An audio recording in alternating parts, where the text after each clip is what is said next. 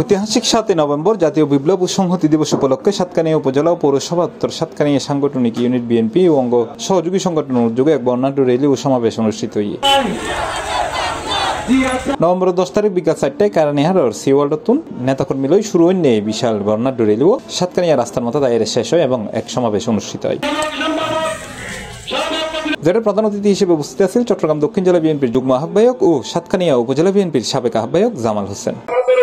আমরা যে আন্দোলন সংগ্রাম করেছি, আমরা একটি চেয়েছিলাম নিরপেক্ষ তত্ত্বাবধায়ক সরকারের অধীনে একটি গণতান্ত্রিক প্রক্রিয়ায় বাংলাদেশের যে আগামী জাতীয় ত্রয়োদশ নির্বাচন হবে, সেই নির্বাচনে সাতকানিয়ার মাঝে আমরা ইনশাআল্লাহ আমরা প্রার্থী চাই। এবং আমরা যারা এসেছি, আমাদের যারা মা বোন আছে, খালা আছে, আত্মীয় স্বজন আছে, আপনারা সবাইকে বলতে হবে ধানের শীষ মার্কা প্রতিটি ঘরে যেন আগামী নির্বাচনে কেন্দ্রে গিয়ে ভোট দিয়ে এবং তারেক রহমানের হাতকে শক্তিশালী করতে হবে, আমাদের দেশনেত্রী বেগম খালেদা জিয়ার হাতকে শক্তিশালী করতে হবে। বন্ধুগণ, এই সময় আরো উপস্থিত আছেন সাতকানিয়া উপজেলা বিএনপির সাবেক সাধারণ সম্পাদক নুরুল কবির, সাবেক সাধারণ সম্পাদক এহসানুল মৌলা, সাবেক সদস্য সচিব গোলাম রসুল মুস্তাক, উপজেলা বিএনপির সাবেক যুগ্ম আহ্বায়ক আহমদুল হক শিকদার সহ আরো বোধ